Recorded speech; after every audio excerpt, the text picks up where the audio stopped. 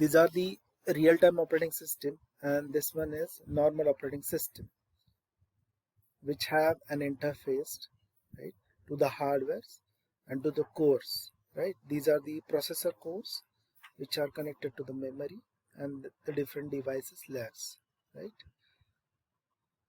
Shells. The shell is a part of software which is placed between user and kernel, and it provides services to the kernel. Kernel, which is which contains drivers, okay, and different resources programs. The shell thus acts as an interpreter which converts the commands which used in applications to the machine code. Shells, which are present in different types of operating system, having a two types. One is command line shell, second is graphical shell. The command line shell, which we already know, DOS types of commands and the commands used in Linux, right? And graphical shells, which is used in graphical types of OS like Unix, Ubuntu, Microsoft OS, iOS. Command line interface like DOS, we have to write commands over the command line, okay, and that executed over the command line itself. Whereas graphical, we write our code in a file which is compiled in a graphical environment. As we know, for the graphics user interface, the time required to open a graphical user interface takes long time, right? So obviously the operation which is performed under graphical user interface are slower than the command line interface. So command line interface are faster compared to graphical interfaces. There are various types of shells: Korn shell, Bond shells, C shell, POSIX shells, right? We have in our syllabus. We'll discuss this later on. According to the kernel's part of a software, it forms a bridge between the shell and the hardware, means the application program and hardware. It is responsible for running program and providing secure access to the machine's hardware. The kernel is used for scheduling, that is, maintain a timetable for all the processes. There are different types of kernels used in different OS: monolithic kernel, microkernel, exokernels, hybrid kernels, right? These are differentiated according to their structure and their working functionalities. Examples of RTOS: RT Linux, VxWorks, Tron, Windows C, MuCOS2, QNX. So let's start with MuCOS2, which is the goal of our first practical. MuCOS2 is developed for microcontroller, right? That's why the name is microcontroller operating system. There is 1, 2 and 3 version available. It is developed by Jean Labrosse. Okay, this is Jean Labrosse. There are different functions which performed by MuCOS2, such as task management, rate monotonic scheduling, memory management. These are the important sections of MuCOS2. Okay, these are the books online available. You can just go through it, right? And the copy is available in library. If you can't access library, then it's better you go online and check for this. This is freely available. This material freely available, as well as we are going to provide you that material on your Google class. Let's start with features of MuCOS2 RTOS. MuCOS2 is highly portable, ROMable, very scalable, preemptive, real-time, deterministic, multitasking kernel. Okay, highly portable means you can port this OS on any type of microcontroller or microprocessor. It's ROMable means the size of OS is very small so that it can accommodate inside internal ROM. Okay, very scalable. So the size of OS can be adjusted according to the applications, right, or according to the required functions. Preemptive real time. Preemptive real time means uh, the interrupt system which is used to execute different priority processes at the real time, so that it looks like real time process. Deterministic. The performance of the system is deterministic, or the functionality of real-time operating system is deterministic. Multitasking kernel, multiple tasks, those are run on a kernel, right? Mucos 1 can manage 64 tasks. Now Mucos 2 can manage more than 64 tasks, where 56 user tasks are available in Mucos 1. Nowadays, the tasks are more available. Okay, it also gives connectivity for GUI and file systems. It is ported more than thousands nowadays, thousands or more than thousands microprocessors and microcontroller. This slide is quite older. It is simple to use and independent, but very effective compared to the performance wise ratio if we compare it with the other operating systems, real-time operating system. And the price is also low.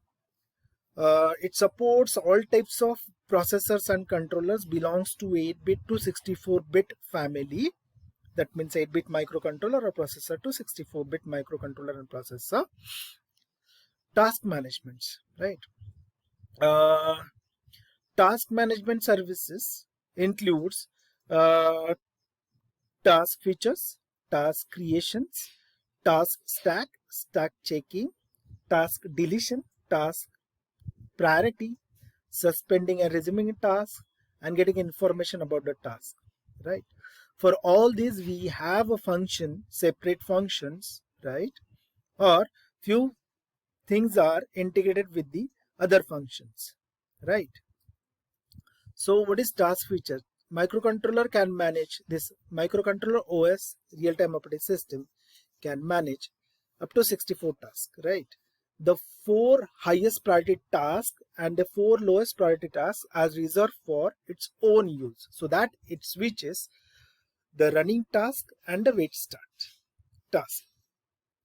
This leaves up to 56 application tasks where you can write your own task, right? Application task. The lower the value of the priority, the higher the priority of the task. Means if you give a priority as 0, then this task has the highest priority while running, right? If you give a priority of 64, then this task will run at the end, right? So the priority will be lesser. Something on the lines rate monotonic scheduling. We can also identify a task by its priority number. Rate monotonic scheduling. In rate monotonic scheduling, which runs the highest priority task, right? Now we'll take an example that if it is preemptive scheduling is used, where all the tasks runs periodic and tasks do not synchronize with one another, shares resources, etc. That means those are independently running under conditions. The deadlines will be made with this following formula: EI, TI, right, which is less than n into 2 raised to 1 by n minus 1. N is number of tasks, EI means executing task time, and TI is the period of the task.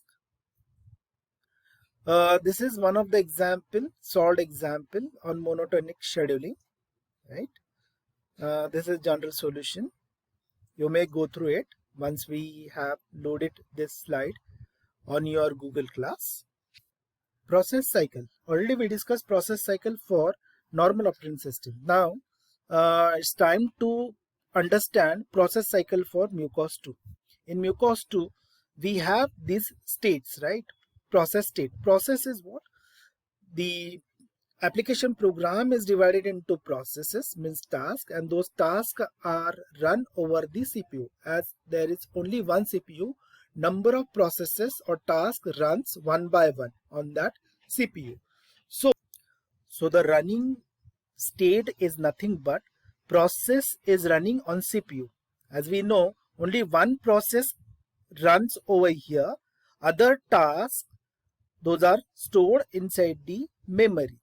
Now whenever those tasks are ready with their resources, then one by one those are transferred to running, that means to the processor, and then they get executed if those are uninterrupted while running. If those interrupted or they required any resources, then the task goes to wait state, and from wait state to the ready state once they got that resources or they got the event, right? So they goes to ready state, and then ready state to running state, right?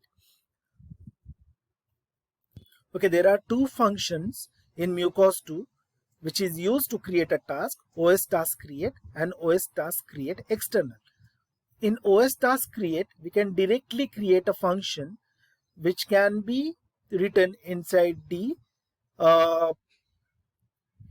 main application, whereas OS task create external, where you can use your own file or own task creation application, okay, and you can call that application inside the OS.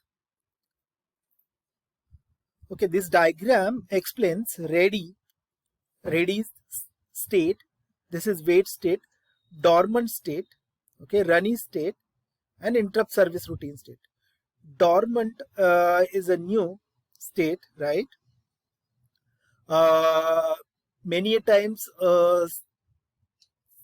process may goes to this as it requires lot of resources, or that process is hanged, or it is waiting for a long duration, so it is pushed to dormant state. Task management. After task creation, task has to get its tags, which is stored where it can store its data, and this memory should be continuous inside the memory block. It is necessary to determine how much stack space is available for smooth operation of the task. Then deleting of the task means task will be returned to dormant state, but the code of the task is never deleted.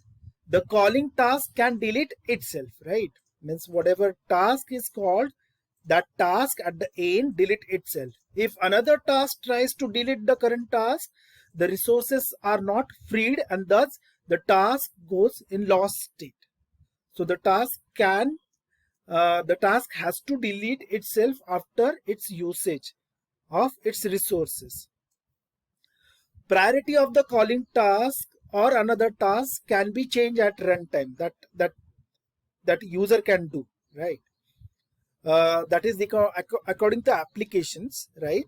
If application requires to change the priority of task at the runtime, right, priority inversion type of facility is available where the task priorities are changed. Now this is very essential while running a task on the operating system, right? If any task blocks the CPU and it waiting for any resources, at that time the second task should run on the process, right? Or it replaces the previous task, so that the CPU goes unblocked.